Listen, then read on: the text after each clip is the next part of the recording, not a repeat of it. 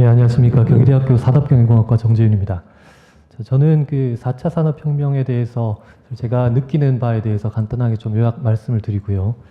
오늘 저희가 모인 이유인 지능국가 사회가 어떤 역할을 이 4차 산업혁명을 대비해서 해야 할지에 대해서 간단하게 이슈 제기 및 제 의견을 말씀드리겠습니다. 먼저 4차 산업혁명은 제가 느끼기에는 ICT의 융합입니다. 그 ICT 융합을 통해서 기존의 어떤 일자리 또는 산업체 그리고 산업에 일하고 있는 그 종사자들의 어떤 업무 형태가 바뀌고 있고요. 그 중에 가장 큰 역할을 하는 것이 인공지능인 것 같습니다. 자, 예를 들어서 말씀을 드리면 저희가 지금 의사분들이 있습니다. 예전에는 의사분들이 하시던 역할들이 본인의 교육을 통해서 받은 그리고 이전 의사분들을 통해서 배운 것을 통해서 어떤 환자들 진단을 하는 거였다면 최근에는 이제 의료 영상이나 여러 가지 ICT 그 도구를 통해서 진단 또는 치료를 하는데 지원을 받고 있습니다. 자, 그런데 최근에 이제 4차 산업혁명이 일어나면서 사실 이제 역할이 좀 바뀌고 있습니다. 앞으로는 아마도 의사분들이 ICT의 지원을 받는다기보다 ICT가 진료를 하는 것을 아마 보조를 해야 되는 역할로 바뀔 것 같습니다. 그리고 장기적으로는 어쨌든 ICT의 기술 또는 인공지능이 어떤 암 진단을 하고 어떤 그 치료를 하는 것들을 이제 뭔가 서포트한 이런 역할로 급격히 바뀔 것 같습니다. 또 다른 예를 들어보면 저희가 자동차 산업도 마찬가지입니다. 과거에는 기계 중심의 어떤 연료, 엔진 중심의 어떤 산업이었다면 이제는 이제 자율주행, IT, 소프트웨어 중심으로 이제 바뀌게 될 겁니다. 거기에 적절하게 대응을 하지 못하면 우리나라의 이제 주요한 자동차 산업도 아마 경쟁력을 잃지 않을까 생각이 됩니다. 자, 방금 말씀드린 자동차나 이런 의사 분들의 역할과 마찬가지로 아마 모든 산업에서 자신들, 자기 기업체 또는 그 기업에 종사하고 있는 그 일자리 계신 분들의 어떤 역할들이 바뀔 것이라고 예상이 됩니다. 그런데 저희가 그분들이 직접 그런 것들을 몸소 체험하고 있고 체감하고 있고 대비를 잘 하고 있는지 한번 질문을 던져볼 수가 있을 것 같습니다.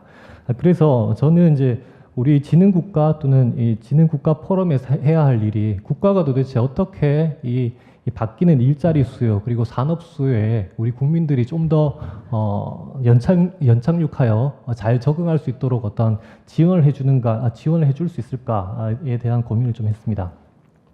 자, 앞서 그 발표하신 연사분 말씀하신 것 같이 앞으로 이제 아마 일자리조차도 양극화가 될 겁니다. 저 수준의 저임금 노동자와 고수준의 어떤 임금 노동자로 양극화가 될 것이고요. 그러면 저같이 이제 대학에 있는 그 교수나 학교에 있는 역할들은 어쨌든 우리 학생들 그리고 또 사회에 계신 분들에 대한 재교육을 통해서 고수준의 고임금 노동자가 될 수 있게 지식 노동자가 될 수 있게 지원을 해드리는 게 저희 역할입니다. 자, 마찬가지로 이런 측면에서 보면 그 국가에서 그리고 저희 이런 지능 사회를 이끌어 나갈 현 정부에서 해야 될 일이 교육은 어쨌든 이 지능 사회를 통해서 우리가 교육을 통해서 업그레이드 시켜야 됩니다. 그랬을 때 대기업, 중소기업 그리고 지금 미취업자나 대학생들이 있을 겁니다. 근데 대기업은 이제 국가에서 나서서 저희가 교육을 시키기 좀 힘들 것 같고요. 중소기업체는 제가 지금 스마트 팩토리 대학원을 산업부에서 그 책임을 맡아서 올해부터 운영을 하고 있는데요.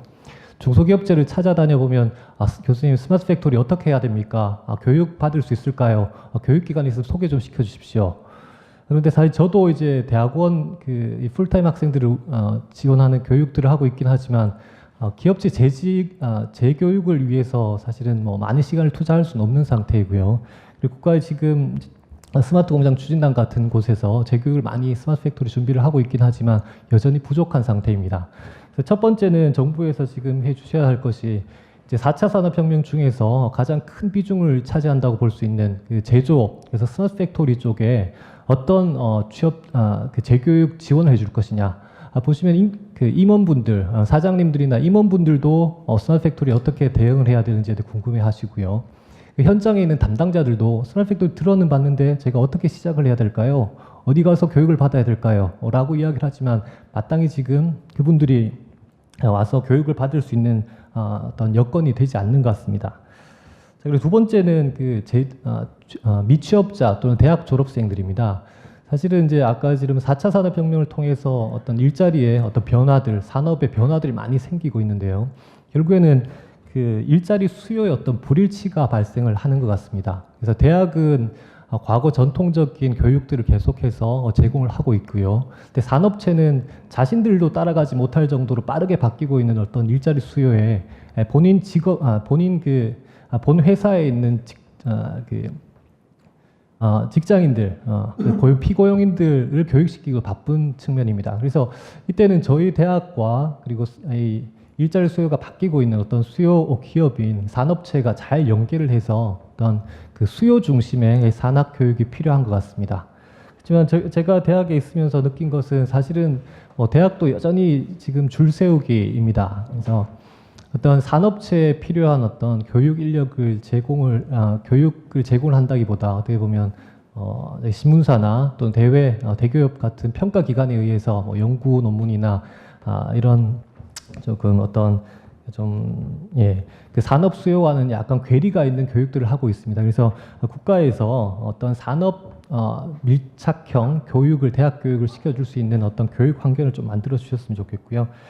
특히 이제 최근에 학력 인구 감소를 통해서 대학에 여러 입학생들이 줄고 있습니다. 그래서 나오고 있는 어떤 여러 가지 방안들 중에 하나가 이제 결국엔 대학 구조 조정인데요.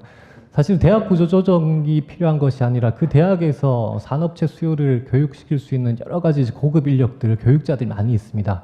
그분들이 실제 실제 산업에 필요한 어떤 교육 주제가 뭔지를 이제 정부에서 또 연계시켜주고 그분들이 나가서 산업체에 필요한 어떤 재교육 자리들을 만들어서 기존에 있는 대학 교육들이 이런 지금 4차 산업혁명의 어떤 변화에 잘 어떤 이바지할 수 있는 어떤 여건을 만들어 주시기를 부탁을 드리겠습니다.